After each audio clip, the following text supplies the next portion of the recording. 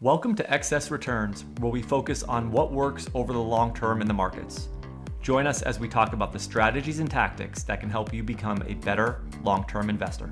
Justin Carbonell and Jack Forehand are principals at VALIDEA Capital Management. The opinions expressed in this podcast do not necessarily reflect the opinions of VALIDEA Capital. No information on this podcast should be construed as investment advice. Securities discussed in the podcast may be holdings of clients of VALIDEA Capital. Hey guys, this is Justin. In this episode of Excess Returns, Jack and I talk with Robert Cantwell, founder of Upholdings, an investment firm with an ETF that focuses on concentrated long-term investing and in finding companies that are considered cash flow compounders.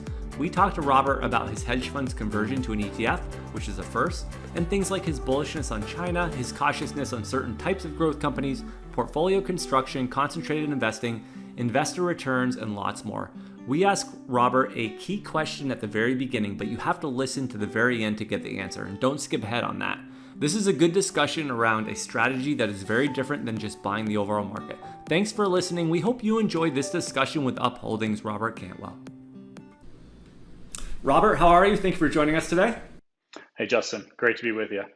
You have a very interesting and unique background for an investor running an ETF. I was going to start by asking you what your favorite U2 song is, but maybe we can skip that question or get into it later, even if you want to. But just to start, I thought it would be good just if you can kind of tell us about your background and how you got to where you are today with running your ETF. Well, to your first question, for anyone that makes it all the way to the end of this interview, we'll talk about favorite U2 songs. I'll commit to doing that. But to your second question, how did I get to where I am today managing ETF? I'm about 15 years into my career. I started out working in institutional investment management, primarily for a private equity firm, Elevation Partners. They claim not named for one of Bono's songs, but clearly named for one of his songs. The album had just come out a couple of years prior. And what Elevation had sought to do at the time was the internet was still relatively in its infancy. Facebook hadn't even quite yet been founded. It was founded around the same time. And the premise of the firm was, let's take brands that are big and then use the internet to make them bigger. Very simple investment premise. But what we found was that was actually very, very difficult. So one of the large early investments that Elevation made was a firm called Forbes. And the team bought almost half the company. And the idea was, how do we make Forbes the number one most important place on the web for finance and business news? Well, we found that it was very difficult taking a magazine culture-led company into a web-first product development, digitally design-led company. And we were moving so slowly in trying to re-architect that company that you saw a lot of new media business models forming. And so the fund transitioned and began investing in companies like Facebook and Yelp while they were still private, where these pure play media companies were figuring out the new business models on the web much faster. So that was the very beginning of my career. I was very fortunate. I got to work for Roger McNamee, who was one of the primary founders of the firm. He ran the T. Rowe Price Science and Technology Fund in the 80s up into the early 90s. He famously had started a couple of different crossover investment firms. And so his whole career was focused on companies going from private into the public realm. The other thing that really stuck out to me about some of the most successful investors that I got to work with at Elevation was that they weren't just stock pickers. They themselves were also individuals that had helped build companies. So if I really wanted to be a great investor one day, I also would need to learn how to build a business. And I was lucky that one of my peers at Elevation at the time, Michael Praisman, had left to go start a company, Everlane. And of course, he first leaves to go start a company, and I say, well, Michael, most companies fail. And Michael goes, okay, well, let's talk in a couple of years, and I'll see if I've got a job for you. And lo and behold, a couple of years in, Everlane. So the quick story on Everlane was this was back in about 2010, where e-commerce on the web, if you already knew what you wanted to buy, it was very efficient. Amazon, eBay, Craigslist. If you didn't know what you wanted to buy, that curated lifestyle fashion hadn't really come online yet because J. Crew and Gap were so beholden to these large physical store networks that they had. So we built Everlane as an online first brand It's been a very successful company. Now, ironically, it's big enough that they're opening physical stores, and it was a really, really great experience to get to work with a company from the ground level. So, bringing those two experiences together, back to your original question, why am I managing an ETF today? And the main reason for that is I see the retail investment management industry undergoing more change than it's seen in the past couple of decades. The retail investment management industry has been ruled by the mutual fund for decades. I mean, the 1940s Act is from 1940. And ETFs as a product, or as a vehicle rather, have only been around since the 90s. And the SEC and the government has been very slow with respect to how they're allowing new investment strategies and asset classes to move into the ETF, because it's a very powerful vehicle to have something that's so tax efficient and also trades on an exchange with all of the other benefits of broadly distributing your investor base in the way that a mutual fund has. So in just the last few years, I see us now at a point where the government has played ball enough to say that ETFs have come far enough along that we're going to let active investment managers bring their strategies into ETFs. And so we've seen this wave on the fixed income side first, with a number of active fixed income vehicles stepping in. And I believe we're in the earliest stages of now seeing equity ETFs have active portfolio managers bring their strategies into that vehicle. So I think you have a unique perspective, kind of building on that, of having or running a hedge fund and then having that vehicle be either transitioned into an ETF or those assets came into an ETF. So we wanted to kind of just talk to you about that process to see if we can learn from that and sort of understand that more. So I think just generally, what was the genesis? What was the idea to start of bringing your hedge fund and making that into an ETF? Sure. Well, it all started around the time I was finishing up at Everlane. A number of close friends and colleagues knew that I was working my way back into investment management, and they were very sweet. People said, "Hey, Robert, we now also have some excess cash. We'd love for you to invest it." And for me, it was, well, what's the quickest and easiest way for me to start managing, both my money alongside theirs? And that was to create a hedge fund. A hedge fund is the lowest cost from a legal and regulatory perspective, because you can open a vehicle, it's registered. Now the trade-off there is you can only have accredited investors. So the rules are very small, but the limitations are very high on who can come in to that pool of capital that you're managing. And that worked really, really well when I had 5 to 10 investors. But as we added each incremental investor into the fund, I mean, it was almost comical, between the subscription agreement, between the LLC operating agreement, between additional diligence materials that I'd share with these investors. There was almost 100 physical pieces of paper, in many cases for individuals who just said, Robert, we know you, we know your background, we would like you to invest this for us. We're not going to read any of these pages. Just tell us where you have to sign. And this struck me as one of those broken pre-internet, processes where I'm having to manually interact with each individual. There's a mountain of paperwork to get through. If we were to fast forward 20 years, how is it that I would communicate with a new investor to say, hey, would you like to participate in the fund or not? And that's what started me down the path of really studying what are the vehicles that are available to an investor. There's mutual funds, there's interval funds, there are ETFs, there's other modified versions of ETFs.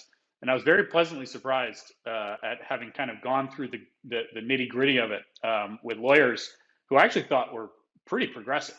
Because it turns out there's a very long history of private funds converting into mutual funds. There's a very, very short history of private funds converting into ETFs. But ETFs and mutual funds, they rely on all the same regulation. And so there were actually a number of precedents from the mutual fund conversion era that we were able to rely on in order to bring this conversion. So I got a little off topic there, but connecting back to the issue of onboarding new investors, the conclusion was, well, if we could just have a ticker, I could just give new investors a ticker. They could do the research, they can go to the website, and they can understand our investment strategy, and then ultimately decide whether or not to invest with us through their own brokerage. Did your limited partners have to approve that, or did the money just come over into the fund itself? How did that work? So yeah, getting into the real technicals of it, in my specific position as a general partner that owned the majority of the GP, I was able to bring my investors along with it. All the investors did agree to do so. That was a very critical requirement by the SEC. With the SEC, because we're going to get into the private security piece in a second, the SEC said, they were very clear, they said, if this fund is truly converting, you have to bring every single investor, every single security, and every single minute of track record since the day your doors ever opened. If you violate any one of those considerations, this is a whole new fund. This isn't a conversion. So from that standpoint, the LPs had to be on board. Otherwise, this wouldn't have been treated as a true fund conversion. Very, very interesting. So because everything had to come in order for the conversion to actually, and that was probably very important to maintain the track record as well for the strategy. The SEC, I'm gonna give the SEC a pat on the back here. There are a number of very clever things built into the way they regulate that prevents a lot of. I'll say this. All the marketing nonsense that you're seeing happening in crypto is happening because that is how unregulated securities were marketed before the government stepped in and said, hold on a second, we need to regulate the marketing of securities that anyone can buy into. And so in this specific case, the reason the SEC came up with these rules is because back in the mutual fund era, mutual funds used to be incubating 100 different investment strategies at the same time. And what they would do is they would try to cherry pick, the two that had a lot of outperformance and then slap a name on the investment strategy and then go market the product and say, whoa, look at the track record on that thing, which turned out to be throwing darts at a board instead of actually a manager that was carrying their track record with them. So I thought they were, pretty darn sharp with respect to the pieces, that they picked apart of our former hedge fund to make sure that we were being really honest about the track record we were bringing with us. Well, one of the things that I think you probably did that was really good was, a lot of these hedge funds and mutual funds, to your point, launching an ETF around a strategy is probably going to come with lower fees. So in some ways they're going to, potentially cannibalize their business, but you kind of made that decision to bite the bullet, it seems like, and said, let's get this strategy in an ETF wrapper, which is the best wrapper for it. It has all the benefits you talked about. Some funds, might not decide to do that because they may be, protecting the higher management fee of those fund vehicles. It's funny you bring that up. I was chatting with a good friend of mine that runs a hedge fund the other day because he was curious about what I was building, and he's early in his he's in the first 5 to 10 years of managing a fund. And for managers that are at that point of their careers where they're focused really hard on performance and their performance fee is very important to the amount of cash that they're going to generate for their own business, I agree. There is not a very big incentive for them to come into an ETF. Now that said, I do wonder about larger hedge funds that are much further along in the game. They're sitting on potential capital gains everywhere in their portfolio because in some cases they've owned stocks for 10 or 15 years. I do think it's possible that there could be some very, very large hedge funds. For example, instead of distributing, because what happens when a hedge fund shuts down, they either have to sell the fund and then distribute the proceeds, or in some cases they'll try to send the shares in kind to investors. It is possible that if you're a hedge fund that is otherwise planning on shutting down, the nicest thing you could do to your investors is to convert that entire thing into an ETF so that you can then rebalance all those stocks accordingly you could even just rebalance the whole thing into the S&P 500 index, well, with some other diversification requirements being built into there. And what you've done in effect is a tax-free delivery of the LP positions in the hedge fund.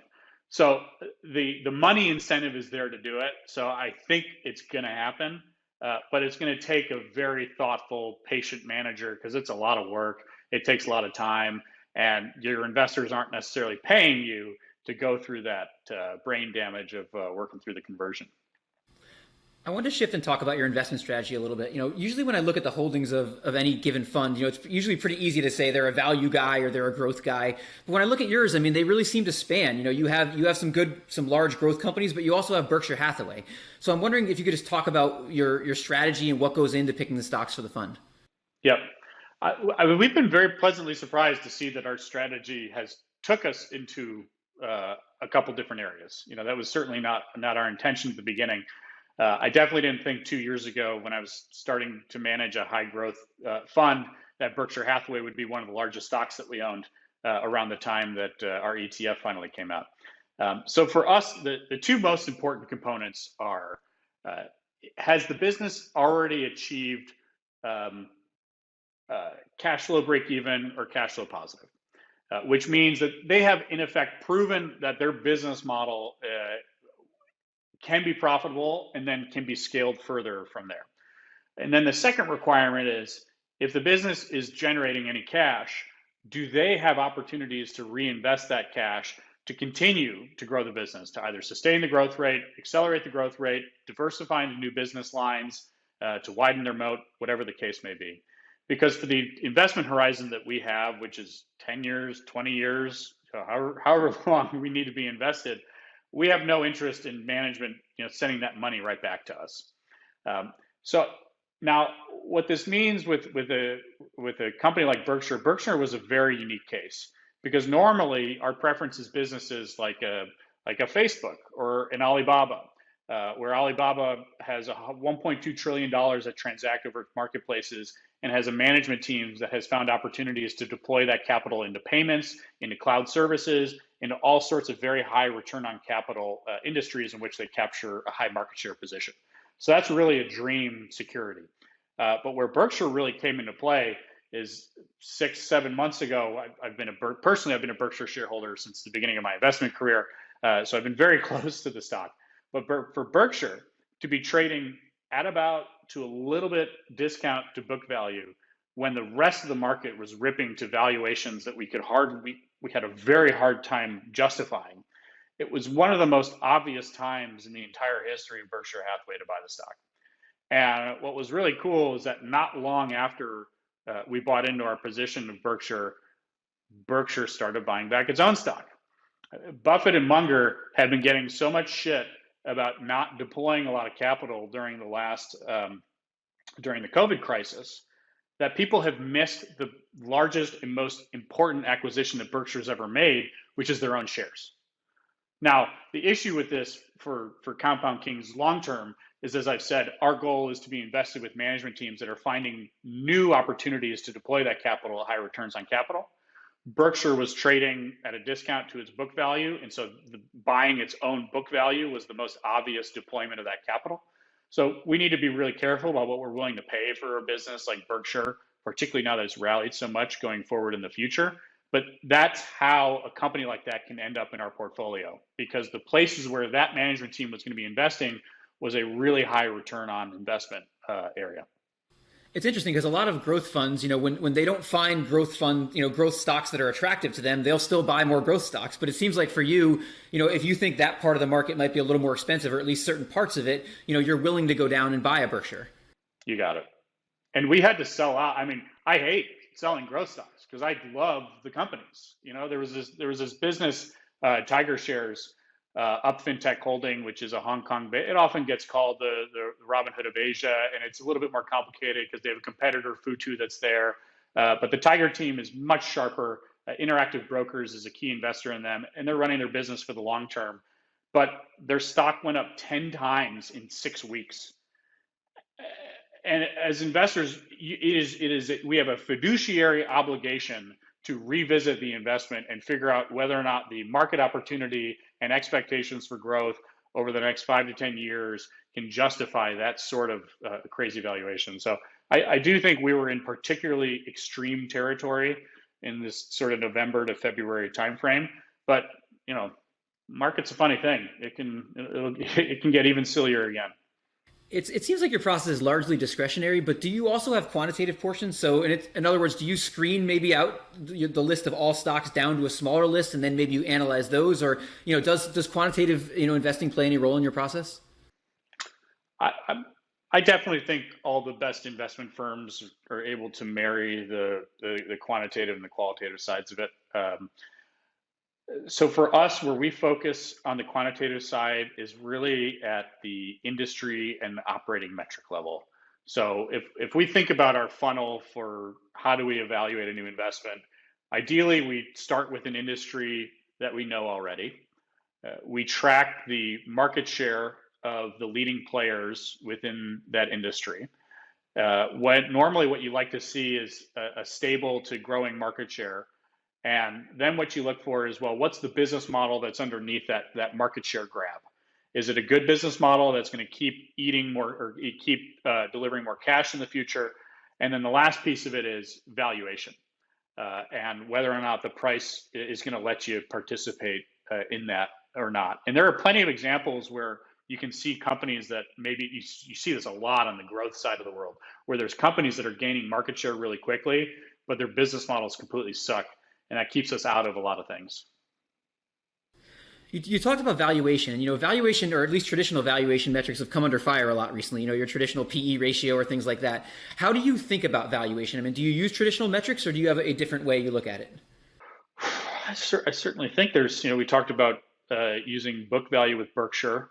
Every company depends on the life cycle you're investing. So for where we tend to enter on the growth side, we really like, and I know you want to talk about using marketing to grow a little bit later. One of the multiples we like the most for early stage growth companies is take their gross profit, subtract out their sales and marketing, and then tell me the multiple of their gross profit minus marketing. So I don't want a revenue multiple. I don't want a gross profit multiple. Having helped build a young high growth company, I am all too familiar with the number of levers available to a management team to manipulate prices or to manipulate marketing to manipulate your top line revenue growth. And so to give us some sense of over the early years of an enterprise, whether or not there's really some contribution margin that is growing and scaling back to the business, that's what we like to look at. So that's on the earliest side. I mentioned book value on the latest side.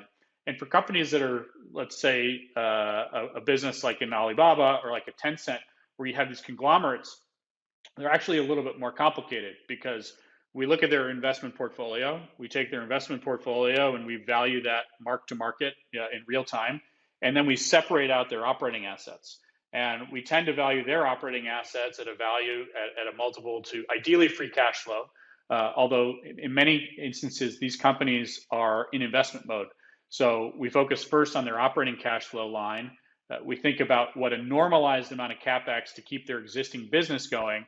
That gives us a normalized free cash flow multiple to use. And then you can kind of combine the investment portfolio plus give me a multiple of free cash flow. And given the growth rate that we expect in that free cash flow over time, that gives us a value for that business. So that's sort of our extreme of valuation considerations. And do you invest across all sectors and industries, or do you have certain ones you focus on or certain ones you avoid? Certainly the ones we aim to focus in are the ones we know best. Going from my own investment career, that includes retail, e-commerce, advertising, cloud services and software, a bit of payments. I like to say in a lot of cases, it's a lot of the businesses that Everlane was a customer of, or that I've had other experiences investing with in the past. One of the interesting things I noticed about the fund is you, in addition to investing in the U.S., you sort of picked China as your other area you'd focus on. And I'm just wondering what it is about China right now and the growth that's going on there that made you attracted to it. There's a large mutual fund company, Baillie Gifford, operates out of Scotland. They're one of the largest money managers in the UK. They're very public with a lot of their research, and they pointed out themselves that because they're agnostic.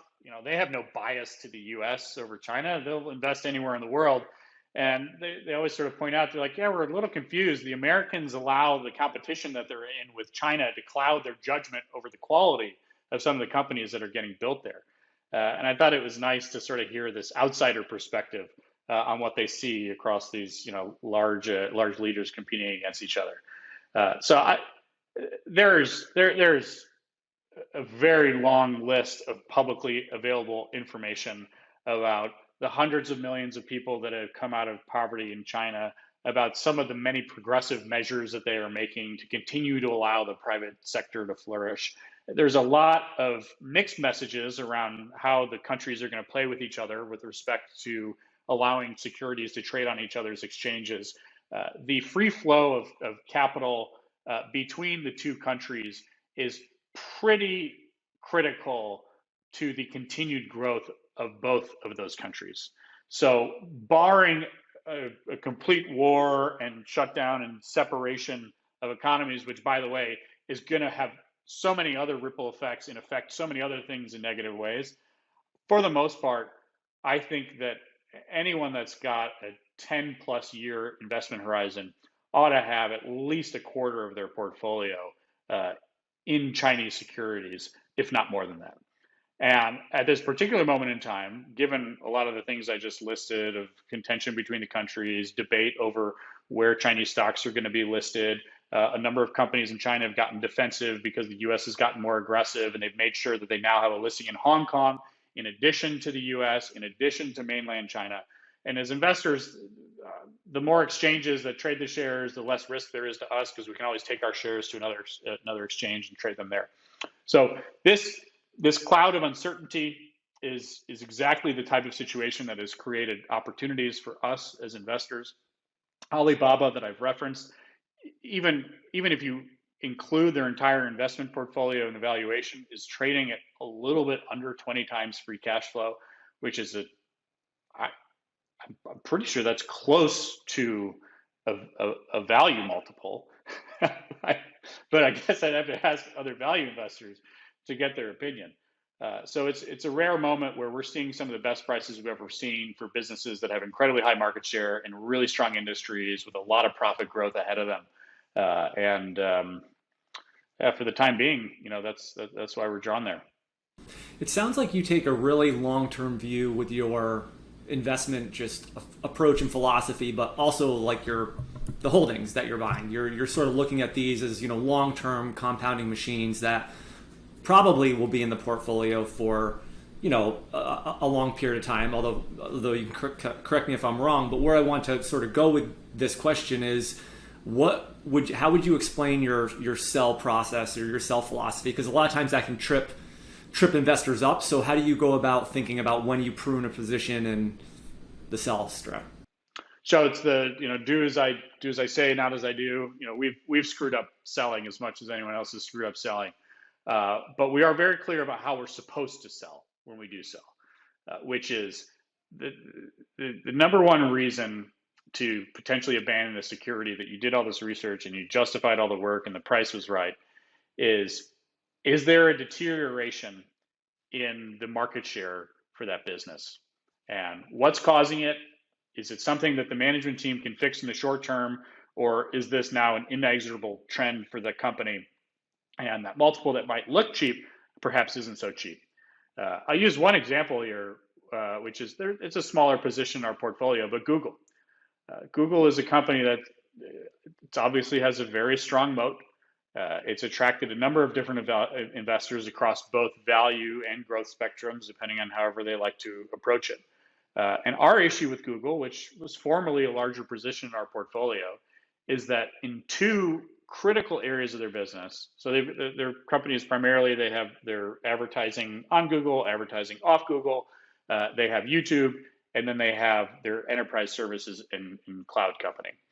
And in both the Google ad and ads off Google world, they have rapidly been losing share to other digital ad players, primarily Amazon, who's been stealing a huge chunk of product placement ads from them. So if you imagine when you used to Google products, you get those little product placement ads over on the right. Amazon, in introducing its own product placement ads, has been stealing a lot of that share from Google. And that shows up in deteriorated pricing for Google. That shows up in deteriorating volumes or attractiveness from some of the better advertisers. And then the other area, which is enterprise services, which you might have thought that Google should have been winning the race in, is Microsoft dusted itself off after so many years and has been killing Google. The share that they've taken in Teams with Microsoft Azure, it frankly looks really bad. And Google has not been moving very quickly to respond to those market share losses on the ad side or on the enterprise services side. And those are both very, very clear examples to us of a business that we're wary of. And like I said, we own a small piece of it in our portfolio today. It is not a core position because we would need to see a reversal in those sorts of fundamentals in order to be more excited about holding a company like that. Well, I'm wondering if that plays into the next question, which is I want to ask you, I know you've kind of voiced some concern or degree of cautiousness around investing in, innovation or innovative companies. And I wanted just to kind of get your sense as to, what would be the reasons for that and what should investors sort of, be aware of when thinking about investing in these innovative companies, because obviously all around us, you're seeing all these unicorns come public. You're seeing all these like companies with, getting into new technologies and things like that. So what would be your view on investing in innovative type companies and what should investors be aware of? Sure. On the innovation side, we really like to be behind very large, very long technology trends. And so taking something as simple as the internet, which really started to catch on in the late 90s, early 2000s, the internet was a radical change in first communication. And after that, we saw that it also very quickly affected commerce and advertising industries. Now, there's a number of other technologies that followed around that. You then had mobile that followed thereafter as a productivity tool, where now you could sort of take the internet with you. But this has been a very long tail of opportunities created by the internet to build a lot of these new business models over a new communications architecture. Now, at this moment, I agree. We're hearing a lot of things in energy. We're hearing a lot of things in healthcare. We're hearing some things in software. For the industry that we've historically operated, blockchain is the most fascinating thing that is happening. If the internet completely changed how we communicate, I think blockchain is going to change how contracts are written, which means ownership structures are going to change. And that is an incredibly fascinating architecture to follow. There are a number of new business models that are going to form on top of that. Now, that said, if you go back to the early advent of the internet, AOL was one of the shittiest media companies that was built on the internet, but it was the first. And so it had its little hype cycle and people got really caught into it. And I think we're at a very similar moment within the evolution of blockchain as the next decades-long technology trend that's going to be underneath us. Is you're hearing from very early companies in the space. I actually think the Coinbase CEO does a great job of managing expectations and reminding investors that we are at a very, very early stage of this. And being early stage does not mean that you should be investing in it. It means that you need to be prepared for an immense amount of volatility, because there's a lot of capital being thrown at this from large incumbents, from venture capital firms, from middle stage growth firms that are all trying to figure out what are the new business models that are going to form on this infrastructure. And so for a Compound Kings portfolio, where we talk about investing in companies that have a proven business model that then they can scale, it is way, way, way too early for us to start identifying the winners and getting to ride along with them. So it's really about identifying like who the winners are going to be and just understanding that you're not going to be able to really pick those winners probably effectively. A lot of times in these, high growth or innovative type industries, I think, it's not necessarily the first one out of the gate that is always the most successful. Yeah. And I think there's a second point to add on there. You're asking a lot about valuation earlier, and we were talking about some of the silly things that were going on in December through February. And when you're at the earliest point in a technology cycle, and we're staring at some of the highest prices we've seen for small cap companies or for companies coming out, with a new technology. The issue is that there are a lot of stocks out there that are being attached to a technology, but they're not yet being attached to a proven business model. And that means there's going to be enormous, we do not pay a premium for that. We would much rather pay a premium for a business model that we know that has potential underneath it, and we can measure out its addressable market and things of that nature. But we're certainly not going to bet on a technology for technology's sake.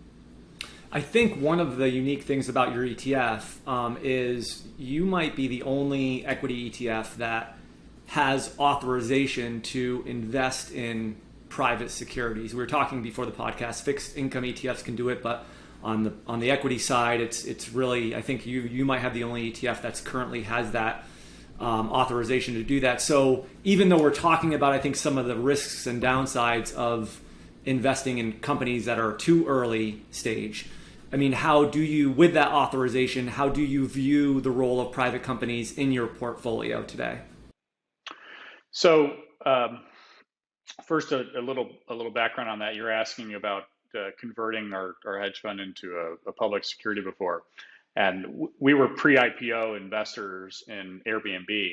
And so when we talked about getting to bring our track record and our investors and all of our assets with us, it was a very fortunate requirement by the SEC that we had to bring everything with us, because that is also what enabled us to grandfather our authorization of investing in private companies into our ETF. So now going forward, what is the relevance and importance of having a private piece of the portfolio? I will say, I do think most actively managed portfolios, if you fast forward out 15 years from now, will be invested in both private and public companies. As growth investors, we think it's important to always be looking across the spectrum of companies that are public, companies that are private, companies that are newly being funded. It allows us to have a much wider lens of visibility on what the competitive landscape looks like for the companies that we're investing in, and whether or not our public counterparts are doing enough to keep up with their private counterparts. So I think it's really important, if you really want to understand an industry well, to focus on both. And eventually, I do think this is where ETFs are really powerful long term. It, I believe, is the best vehicle that is going to enable non-accredited investors to participate in private opportunities, because the accreditation rules are, as some argue that I agree with, quite a bit prejudiced, because they only allow people to invest in private companies if they have a certain amount of money, not if they have a certain amount of investment training. And there's a number of investment managers that are going to be able to do the work to go out there and help work through all the private opportunities that are out there to help bring a few of the best into the portfolio and help make those companies available to a wider base of investors. I want to ask you about concentration quick. It seems like these days pretty much all, most of the flows going into the equity markets are going into index funds, and, everybody seems to be indexing, but, like us, you seem to be a big believer in concentration. I'm wondering if you could just talk about maybe what the advantages for investors are of maybe investing in more concentrated portfolios versus just buying the market and buying index funds. Well, first, certainly as an active investment manager, one of the very true and fair criticisms of a lot of mutual funds that have gotten really big is they just track indexes. So what are you even picking? What work are you doing in trying to differentiate a mutual fund from the NASDAQ or from the S&P 500 or from another index? They simply hold too many securities to be able to really offer even the potential for a different return. So first off, I think concentration is now a requirement if you want to be an active investment manager. I think if you're coming out with a product that has more than 100 stocks in it, I think investors are going to be skeptical that there's any chance that you're going to be able to offer something more than they're able to get with an index. And I'll tell you, as an active investment manager, I can't follow that many stocks. We can certainly build the team out and invest more in it, but as a portfolio manager that has to make individual buy and sell decisions, I'm very, very focused on the top 10 stocks in our portfolio and knowing everything we can possibly know about those businesses. So I think it's really, concentration is the only thing that fits for an active investment manager. And I hope and would be excited to see a lot more products like this coming out there in the ETF vehicle. I don't know if you would agree with this, but it seems like the coronavirus might be sort of a switching point for this. It seems like people are much more open to concentrated funds and different funds and, thematic funds. And it seems like a lot of that stuff, investors are more open to that now than they were before the coronavirus. For two reasons. The market disruptions of that nature create more extreme moments of stock price dispersion between different stocks. So I would, to that point, active investment managers at the end of 2020 looked really good for the first time in a long time, because you had indexes that were holding 500, 1,000, 2,000 securities, and they were forced to carry a lot of bad companies or companies that just got absolutely crushed by Corona, whereas active managers were able to be much more nimble around the businesses that would benefit the most from the changes that we were undergoing at a very rapid pace. So ultimately, I think there's a place for both of these products in the future. I mean, for the average saver and investor with a long-term time horizon, you should probably have mostly index funds in your portfolio. It's very safe, it's very diversified. But for some sleeve of your portfolio, whether you're picking those stocks yourselves or you're finding investment managers that you're excited to learn from and participate with along the way, that's where I think these active funds are going to play a role in the future. We talked about sell strategy before, and I think one of the other really challenging things, particularly with a concentrated portfolio, is getting position weighting right. So I'm wondering if you could maybe talk about, as quants, we just tend to equally weight everything, so just take the decision out of our hands. But you don't do that. And I'm wondering if you maybe talk about how you think about, how you weight the positions in your portfolio and how you maybe balance, projected returns with risk when you think about that. There's a couple ways we approach it.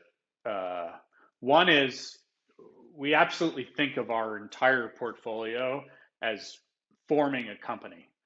So if 13% of our portfolio is Facebook, 13% of the revenue of our portfolio is coming from whatever Facebook's revenue is, and of the cash flow there. So we sort of we subtotal the whole portfolio up as if it's its own company. And if you look at what our portfolio looks like, for example, relative to the S&P 500, by the way, this is the first time I can say this in the history of managing this fund, is we trade at the same gross profit multiple, at the same EBIT multiple as the S&P 500, but our average revenue growth rate is 20% and the S&P's is about 10%. In the past, I've historically had to pay a premium to the valuation of the S&P in order to get that excess growth. And we're at sort of a funny moment in time where some of these larger growth companies are trading at surprisingly attractive multiples. The reason I bring that up is because valuation plays a very important part of portfolio position. And so the two things that we focus the most on how big we're willing to make a position is how large is the industry in which the company is growing or participating, and two, what is the multiple for that business? Because that's going to have a very significant impact on how much of that business's revenue and cash gets rolled up into our portfolio business. We're really careful about niche opportunities. It'd be very risky, for example, to take a domestic only fashion brand and make it a top 3 position, because you've narrowed your universe of growth opportunities to one market, a single vertical, a single set of customers, and that's very dangerous. It's much more dangerous to us than a company that has a global footprint with multiple sales channels and other many ways to sort of grow its product footprint. That makes sense. And do you have a limit in terms of how concentrated you can be in an individual position? We used to run an ETF, and I believe there were some rules that were brought upon us in terms of how much we could be concentrated in an individual position or our top 10 stocks or something like that. But do you have your own rules in terms of how concentrated you'll get? Yeah, the IRS has the first set of rules, which is no more than 50% of your fund can be made up of 5% or greater positions. So that single law alone forces most funds to have at least 20 to 25 securities. The reason for that law is an investment fund could register itself, buy stock entirely in a single company, and the IRS goes, you're a company if you do that. You're not an investment fund any longer. So that's the IRS's rule. The SEC has a more stringent rule where if you want to be called a diversified fund, you have to be even more diversified than that. I believe the rule is a 25% threshold. We do not meet that threshold. So by the SEC standard, we are a non-diversified fund. By the IRS standard, we are a diversified fund. And relative to our own rules, I'll say financial markets it is one of the most competitive industries in the world. So if we are finding opportunities to concentrate a significant portion in our fund into stocks that are as attractive or more attractive than anything that we've found before, we're going to get as concentrated as we can. And while we're small, right now our largest position is about 15% of the fund. Our second is about 13 or 14%. So we're running at a pretty high concentration. As we get bigger over time, we may start bumping into liquidity requirements, because then if you become too much of an individual stock's trading volume, there's other rules that kick in. But for any fund that's under $1 billion under management, you can pretty much just operate by that IRS limit. I just wanted to ask you one last question on concentration. One of the biggest lessons I've probably learned in my career, because we run concentrated strategies as well, is the difference between maybe investor returns and sort of your actual returns. And so early in our career, we would get even more concentrated than we get now. But we realized it put us in a tough position in terms of the ability to generate investor returns and investors to stick with the strategy. And I'm just wondering how you think about that. Do you incorporate the idea of can investors stick with this? Am I getting too different from the benchmark into your process, or do you think it's more important maybe just to attract the right kind of investors who are going to stick with the strategy no matter how much it deviates? I've been hearing more about this recently, about the issue of you may run a great fund, but there are a number of investors that buy the ETF at a high or a peak multiple, and it becomes really difficult for them to do as well as the average fund returns over a long period of time. I think there's another way to answer that question, and for a lot of investors that I've spoken with, anytime someone comes and says, "Hey, I like what you're doing. I'd like to invest a little bit," I tell them, "Great, invest a quarter of it. Don't put the whole thing in. And then, read our literature, see the quarterly letter, watch the Friday videos, see how we do, listen to the types of investments that we make. And if you like what you're hearing at some arbitrary point in the future, put in the next 25% and then the next 25%. So there's people that buy a little bit every week, there's people that buy a little bit every month, there's people that sequence in years over years. Dollar cost averaging is the only way that one can diversify against the risk of buying into a fund on the wrong date or time. So coming back to something like Berkshire Hathaway as an example, Berkshire Hathaway has been a publicly traded investment fund, technically not an investment fund because of how they've organized the company. But it has been participating with capital allocators over a long period of time. And in the same way that I've bought Berkshire when it's traded close to book value, and I haven't bought it at other times, I think other investors over time will learn how to participate with funds and track them and become permanent buyers, as opposed to buying a fund, sell out a fund, and trying to come up with a new idea of participating in another fund. We had Lawrence Cunningham, who's like a scholar on Berkshire Hathaway and Buffett, and one of the things that he pointed out in the podcast was that they have some of the lowest degree of shareholder turnover in the shareholder base. So they have very high quality shareholders. And one of the reasons, and this kind of gets into this question, is Buffett and Munger's communication style and their consistent messaging over whatever it is, 55 years, how they've kind of stuck to their core messages. And you, in your last response, you were just kind of hitting on some of the, I think, unique things that you and your firm are doing in terms of experimenting with different ways you're trying to communicate your message out to interested investors. So what, maybe highlight some of the different experiments that are taking place with investment manager communication and some of the interesting stuff you guys are doing. I actually want to dig into the Buffett shareholder comment briefly, and then go back to investor communication, if that's okay. Yeah, absolutely. Yes, it is so cool what Buffett has done with attracting long-term investors and getting them to stick around, the whole way through. He's about to break the Nasdaq's, numerical system with his A shares. So cool. He's getting all this press. He's not even paying for it. There is a trade-off. And I believe one of the biggest reasons why Berkshire, particularly within the last 12 months, was available at such good of a price is because of a lack of turnover in his investor base. So I would liken this to a period of, if you've ever grown a venture-backed growth company, there are investors that like to participate at the seed stage, at the venture stage, at the growth stage, at the mature stage, and at the end stage. And it is entirely possible that had Berkshire been a little bit more proactive in refreshing his shareholder base over the years, they very may well run a much more progressive portfolio today. And they very may well trade at least a market multiple, if not a slight premium to market multiple. So one of the issues with carrying that same investor base with him over the duration of his entire career is he has carried their investment time horizon with them as well.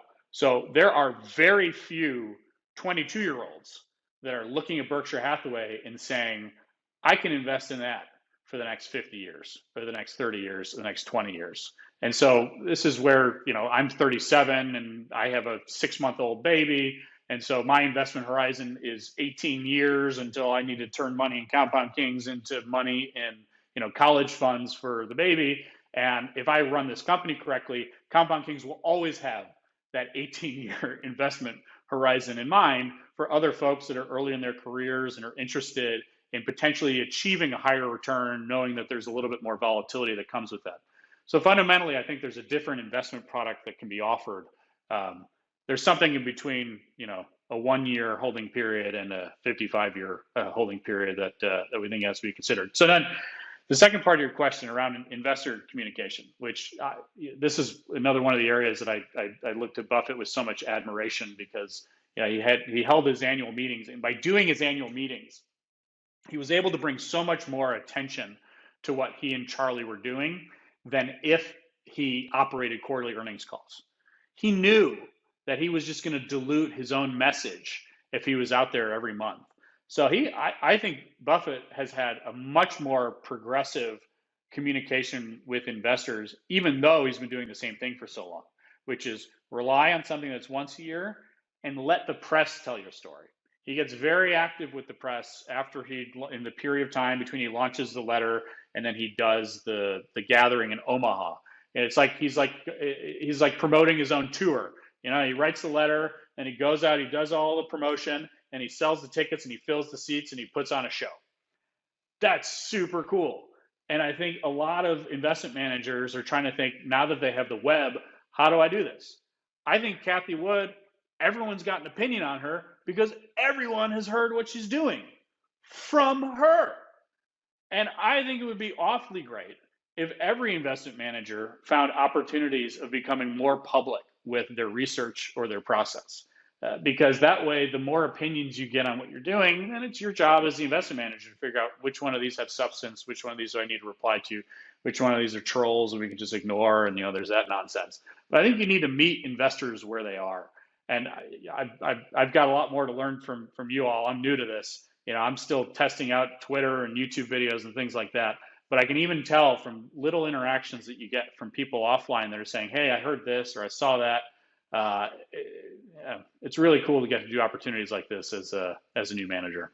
Yeah, those are excellent points, especially the one about Buffett and the shareholders. That's a little bit contrarian, but it's a very interesting way to sort of think about those high quality shareholders and maybe how a little bit more turnover in the shareholder base could have maybe benefited them in some way. So yeah, good stuff. So in closing, we kind of have this new closing question here.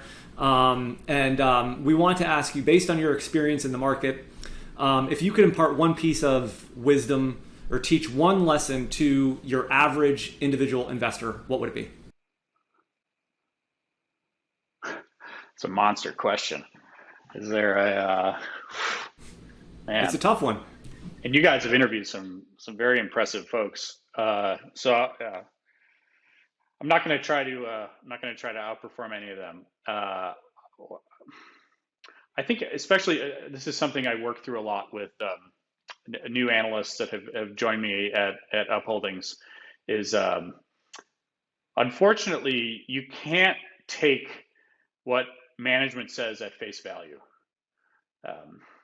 There is a lot of marketing that is built into management's communication with investors.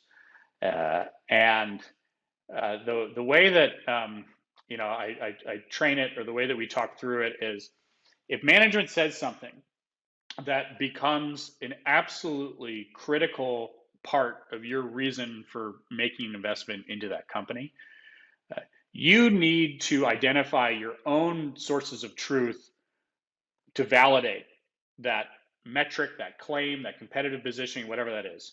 And that can come from some alternative data source, that can come from talking to an expert, that can come from a relationship with a media member that also has access to other things about the company.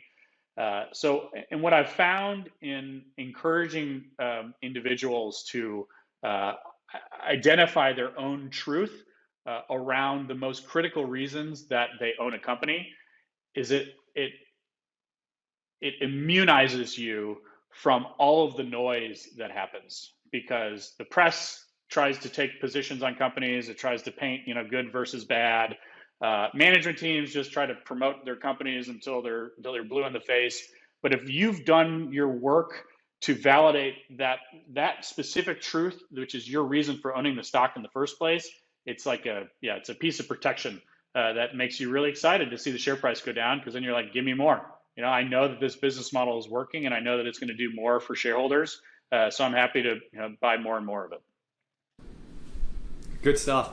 If people want to learn more about you, what you guys are working on, the research, the ETF, where can they go to find out more?